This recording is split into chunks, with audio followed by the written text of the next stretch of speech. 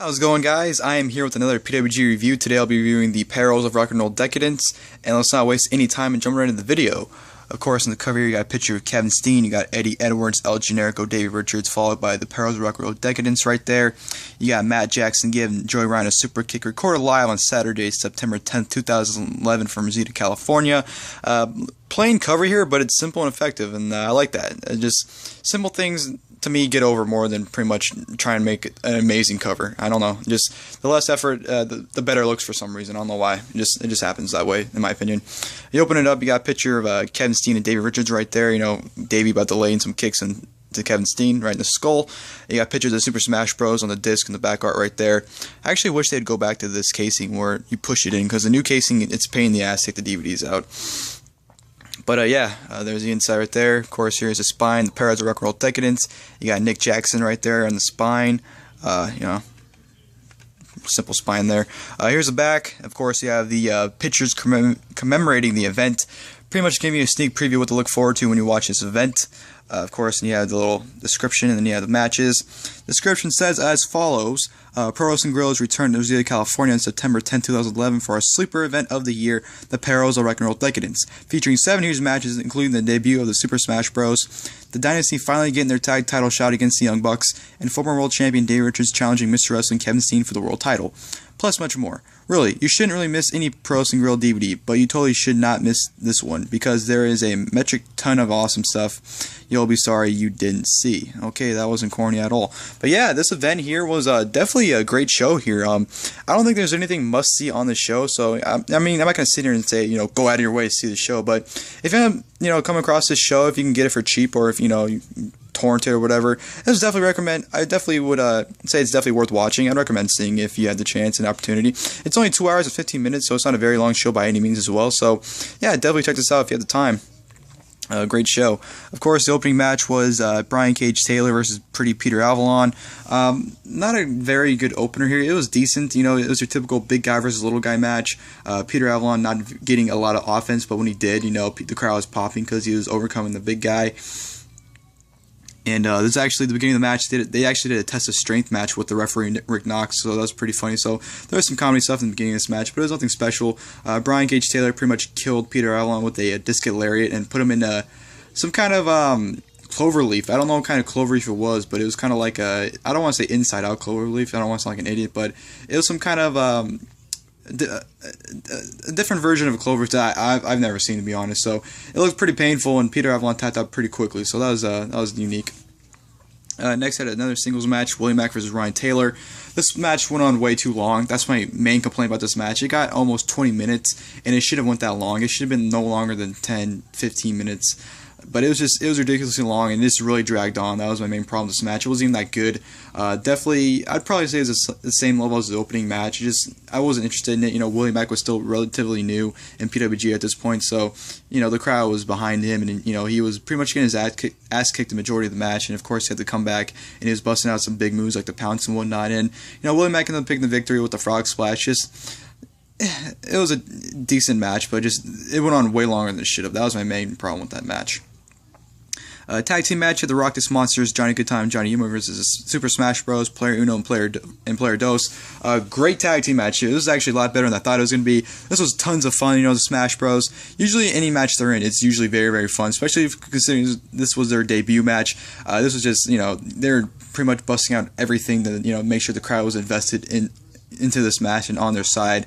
I was very entertained by this match. This was a lot of fun. They did some comedy skits in this match as well. Kevin Steen was on commentary, and his commentary was 5 stars. He was hilarious in commentary. It was great. This was just very, very fun overall. Steen's commentary plus this match being amazingly fun.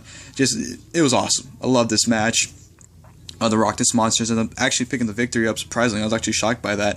I think Johnny Goodtime actually gave Johnny Yuma avalanche from the top onto player, I think, Uno, and ended up getting the victory there. And of course, the crowd chanting, "Please come back to the Super Smash Bros." after this match. So definitely a very fun match here and great debut for the Smash Bros.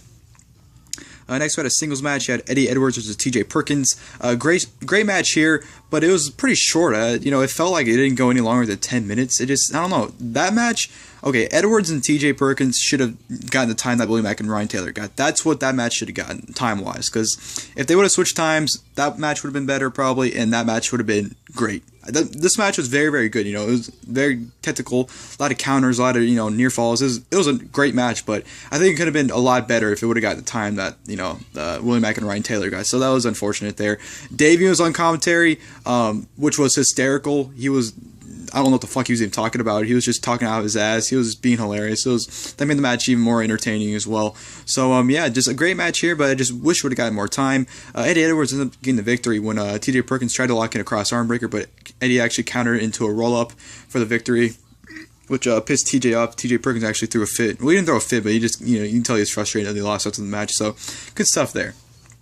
And next, we had a singles match. We had El Generico versus Rocky Romero. This match was good. It was a little disappointing to me. I wasn't, really invested in it as I was hoping. I thought it was really good, but I don't know. It took me a while to get into this match. Rocky Romero I don't know. Him as a singles guy, I can't really buy into him that much. His matches I've seen as a singles guy hasn't really impressed me.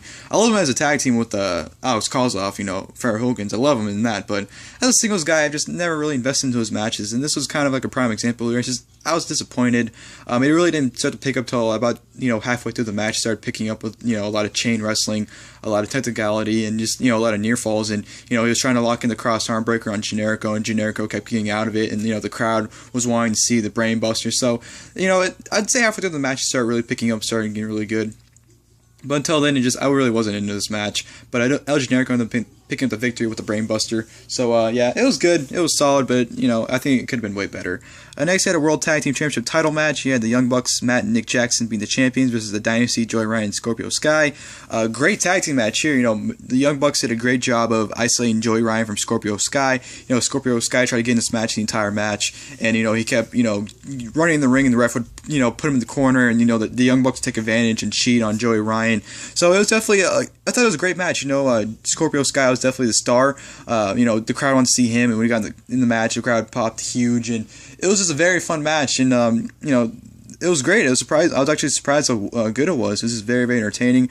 Great tag work from the Bucks, and and great storytelling on the side for the Dynasty. Joey Ryan trying to get the tag, and Scorpio Sky and the Bucks weren't allowing it. And when he finally did, the crowd erupted for Scorpio Sky. So I thought it was a great match here. The Young Bucks ended up retaining though with the more bang for your buck. And after the match, Kevin Steen actually came out and attacked the Young Bucks, which would set up to the main event being the World Championship title match. Mr. Wrestling, Kevin Steen being the champion versus Davey Richards being the challenger. Great match here. Pretty much what you expect from Davey and Kevin. Every match, though, every time I've seen a Steen versus Davey match, it pretty much seems like it's the same. Not knocking on them. It's still a great match, but I don't know. Nothing different really seems to come out of their matches, at least in my opinion. Just a lot. You can definitely tell they're beating the shit out of each other. Davey was laying his kicks in. He was being really stiff. This is still around the time where Davey was pretty much an asshole, and they were talking shit about each other around this time. So you can definitely tell they're purposely beating the shit out of each other.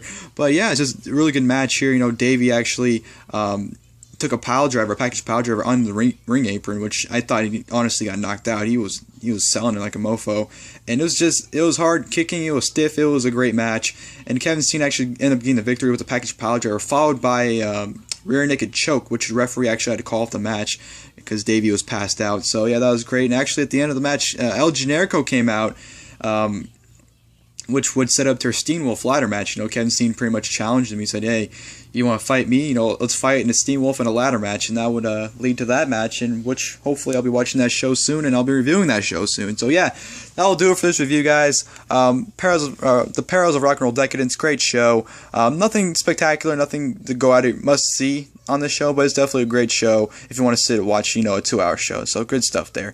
But yeah, thank you guys for watching this video, and until next time, I'll see you guys later.